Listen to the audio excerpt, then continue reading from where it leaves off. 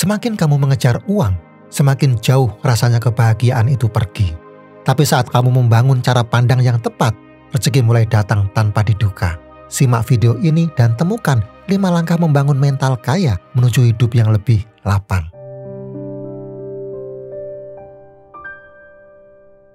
Dalam senyap rutinitas, kita sering merasa hampa, seolah hidup hanya soal bertahan dari hari ke hari. Tapi di balik semua itu, dunia sedang menawarkan kesempatan baru bagi siapa saja yang bersedia membuka hati dan mengubah cara pikirnya. Tidak semua harus berjalan seperti kemarin. Sekarang mari kita renungkan bersama 5 langkah membangun mental kaya yang bisa mengubah arah hidup kita. Yang pertama, syukuri yang sudah ada sekalipun kecil.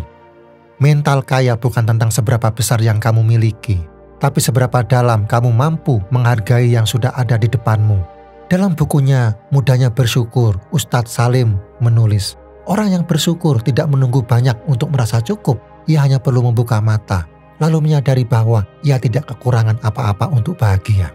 Kutipan ini menampar saya di momen ketika saya terlalu sibuk mengejar apa yang belum saya miliki. Sampai lupa bahwa bisa bangun pagi dengan napas yang utuh pun adalah nikmat yang luar biasa. Kita terlalu sering menunda rasa syukur sampai semuanya terlihat sempurna. Padahal kesempurnaan yang ditunggu-tunggu itu tidak pernah datang jika kita tidak belajar melihat indahnya hidup dalam bentuk-bentuk kecil. Coba renungkan hari ini. Apakah kamu sudah bersyukur bisa makan 3 kali? Apakah kamu menyadari bahwa tempat tidurmu seberapa sempit pun adalah impian bagi orang yang semalam tidur di emperan? Apakah kamu menghargai kesehatanmu sementara ada orang yang bahkan harus berjuang untuk sekadar duduk? Syukur bukan soal ucapan, tapi kebiasaan melihat dengan hati. Jika kita membiasakan diri untuk menghargai hal-hal kecil, seperti kopi pagi yang hangat, pelukan keluarga, atau doa yang belum terkabul namun masih kita panjatkan, maka hidup perlahan akan terasa lapang. Bukan karena hartanya bertambah, tetapi karena hatinya menjadi luas. Hari ini mari kita refleksikan. Sudahkah kamu benar-benar bersyukur bahwa untuk hal-hal yang tampak sepele? Atau jangan-jangan kamu terlalu sering membandingkan diri dengan orang lain sampai lupa menghargai hidupmu sendiri? Jika kamu ingin membangun mental kaya, maka langkah pertama adalah membiasakan diri melihat cukup, bahkan dari sesuatu yang tampak sedikit. Karena dari rasa cukup itulah kelimpahan yang sejati akan tumbuh. Yang kedua, berhenti membandingkan diri dengan orang lain. Saya pernah menyaksikan seseorang yang sangat saya kenal. Begitu rajin bekerja, begitu tulus memberi, namun setiap kali berbincang, selalu muncul nada kelelahan dan kebingungan. Ia merasa hidupnya berjalan di tempat padahal sudah mencoba segalanya. Dari bangun pagi sebelum fajar, bekerja tanpa henti, sampai mengorbankan waktu pribadinya demi masa depan yang lebih baik. Tapi hasilnya tidak secepat yang ia harapkan. Sementara di media sosial, ia melihat teman-teman seumurannya liburan ke luar negeri, punya rumah, atau duduk di kursi jabatan tinggi. Dalam diam, ia mulai mempertanyakan apa yang salah dalam hidup saya. Saat itu saya hanya bisa mendengarkan, tapi dari matanya saya tahu ia sedang tidak hanya lelah secara fisik, tapi juga letih secara batin. Ia merasa terlambat dari semua orang, padahal sesungguhnya ia hanya sedang berproses dengan waktu yang berbeda. Perlahan, ia mulai menyadari bahwa membandingkan diri hanya akan membuat langkahnya semakin berat. Ia memilih untuk menarik diri sejenak dari hiruk-pikuk pencapaian orang lain dan mulai melihat ke dalam, yaitu ke perjalanan dirinya sendiri. Ia memulai rutinitas kecil yang membangun kembali kepercayaan dirinya, menulis jurnal harian, membaca buku yang memulihkan, dan bergaul dengan orang-orang yang tidak menilai hidup dari pencapaian semata. Di sanalah hidupnya mulai bergerak, tidak tiba-tiba kaya, tidak tiba-tiba sukses, tapi ia kembali percaya bahwa setiap langkah yang ia ambil sekecil apapun punya makna, dan ia tahu waktunya akan datang.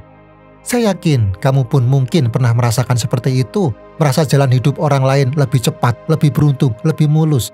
Tapi percayalah, kita semua punya musim yang berbeda. Musimmu belum tentu datang sekarang, tapi bukan berarti tidak akan datang. Yang perlu kita lakukan hanyalah berhenti membandingkan dan mulai berjalan lagi dengan arah yang lebih jernih. Karena ketika kamu berhenti menoleh ke kanan dan ke kiri, kamu akan menyadari bahwa satu-satunya jalan yang perlu dijaga adalah langkahmu sendiri. Dan dari situlah ketenangan dan kelimpahan sejati akan tumbuh. Yang ketiga, belajar memberi meski sedikit. Ada sebuah usaha kecil di pinggiran kota yang awalnya hanya berupa warung sederhana dengan 3 meja plastik dan 1 etalase. Pendapatannya pas-pasan, cukup untuk membayar sewa dan menyambung hidup. Pemiliknya tidak punya modal besar, tidak punya koneksi luas, dan bahkan sempat hampir menyerah karena terus merugi selama 3 bulan pertama. Namun, ada satu kebiasaan yang terus mereka pertahankan sejak awal berdiri.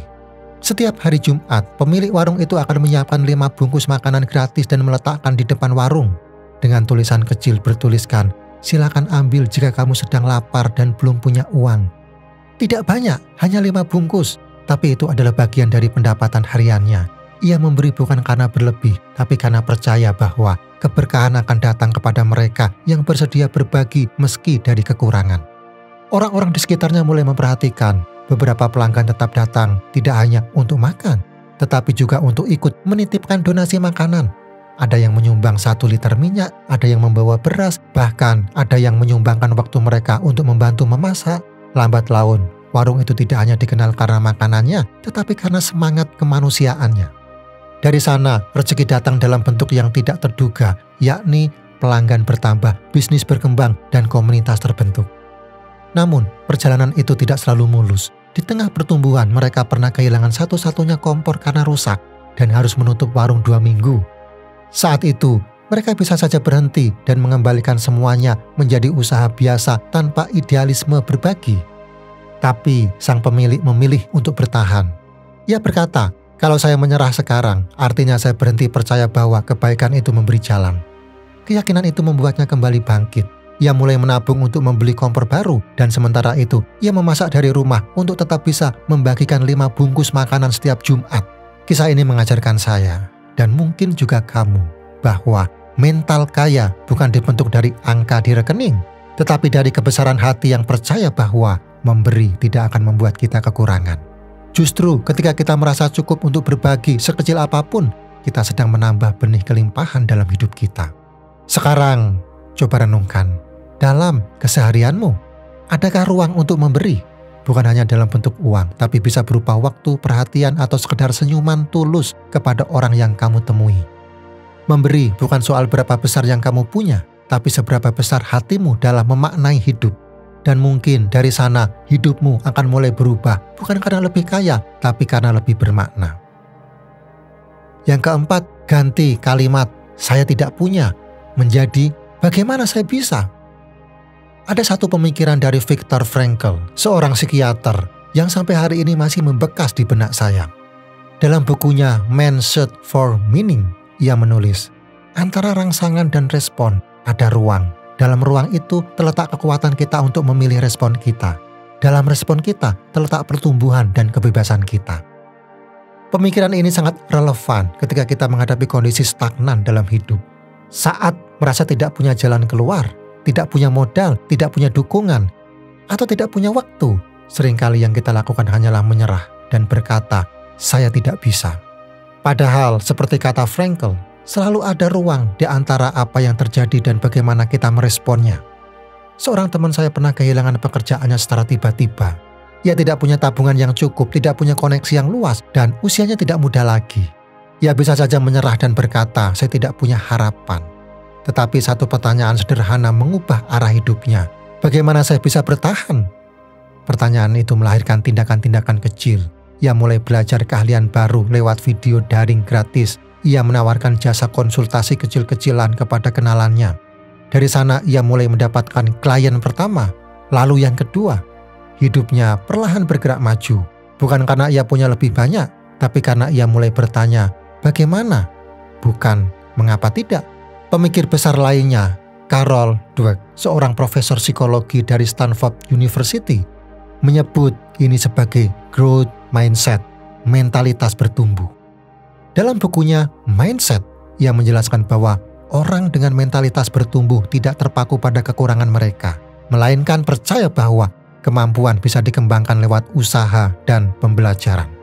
Menurut Dweck, orang dengan growth mindset melihat tantangan sebagai kesempatan untuk berkembang, bukan sebagai ancaman terhadap kemampuan mereka. Artinya, ketika kamu merasa tidak punya waktu, tidak punya uang, atau tidak punya jalan keluar, sebenarnya yang kamu perlukan bukan hal-hal itu, tapi satu pertanyaan jujur, yaitu bagaimana saya bisa mencoba? Saya percaya perubahan besar tidak dimulai dari sumber daya, tapi dari cara berpikir. Ketika kamu mengubah, saya tidak punya, menjadi bagaimana saya bisa, pikiranmu mulai mencari peluang, bukan halangan. Kamu mulai membuka pintu solusi, sekecil apapun itu. Sekarang mari kita renungkan bersama dalam kehidupan kamu hari ini. Adakah satu area yang terasa buntu? Adakah satu impian yang tertunda karena kamu terus berkata, saya tidak bisa? Mungkin sudah waktunya untuk mengubah kata itu. Coba tanyakan pada dirimu sendiri dengan tulus, bagaimana saya bisa memulai meskipun kecil? Sebab dari satu pertanyaan lahir 1000 kemungkinan.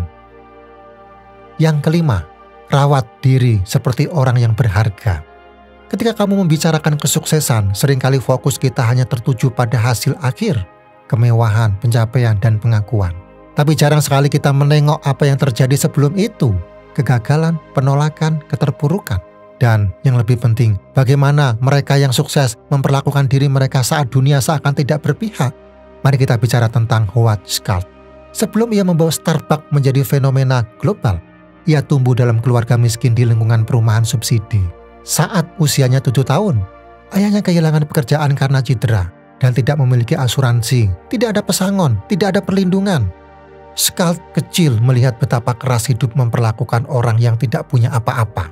Tapi dari pengalaman itulah tumbuh kesadaran, yaitu ia tidak ingin menyerah pada keadaan. Ia mulai bermimpi besar, tapi jalan yang ditempuh bukan tanpa batu.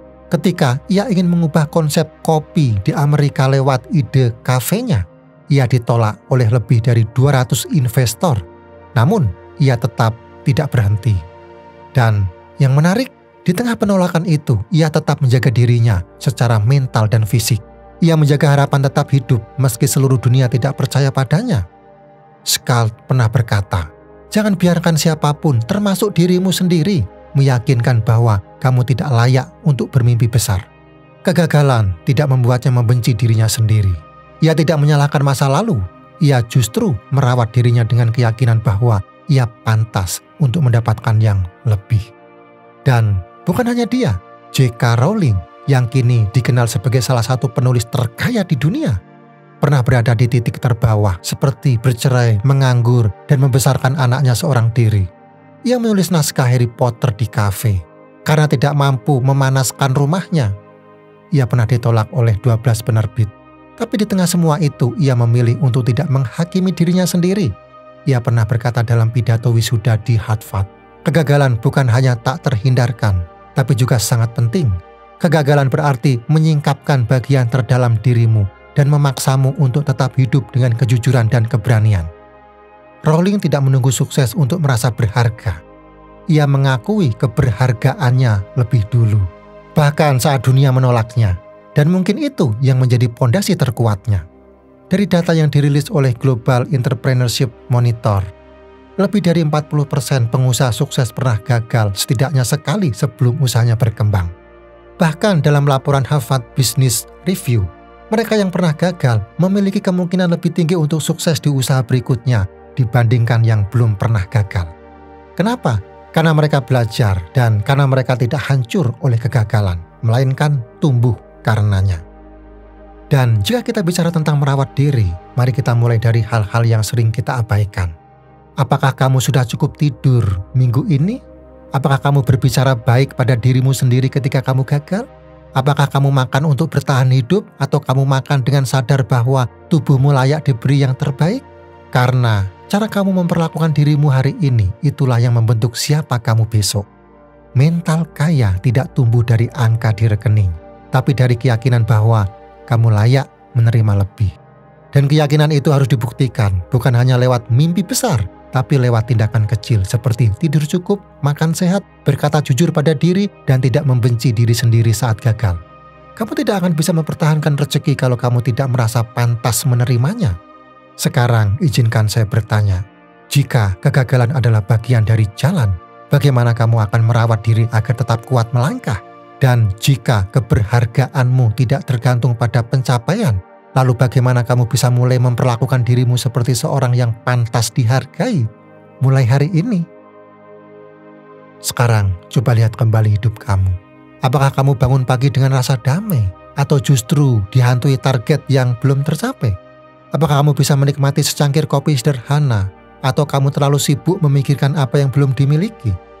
Kita sering mengira bahwa kekayaan adalah tentang angka. Padahal, sebagaimana kata Lao Tzu, orang yang tahu dirinya cukup, dialah yang benar-benar kaya.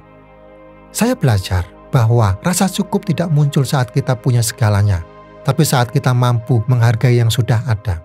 Saat kita makan tanpa tergesa, saat kita memeluk keluarga dengan utuh, saat kita bisa tidur nyenyak tanpa beban iri terhadap hidup orang lain.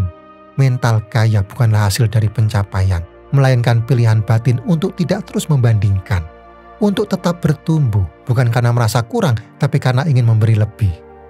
Mungkin sudah saatnya kamu berhenti sejenak, bukan untuk menyerah, tapi untuk menyadari seperti kamu sudah cukup hari ini dan tetap boleh bermimpi esok hari.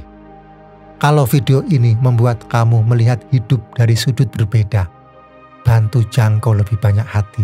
Like, share ke orang tersayang, dan jangan lupa subscribe agar kamu tidak terlewatkan pesan kebaikan berikutnya.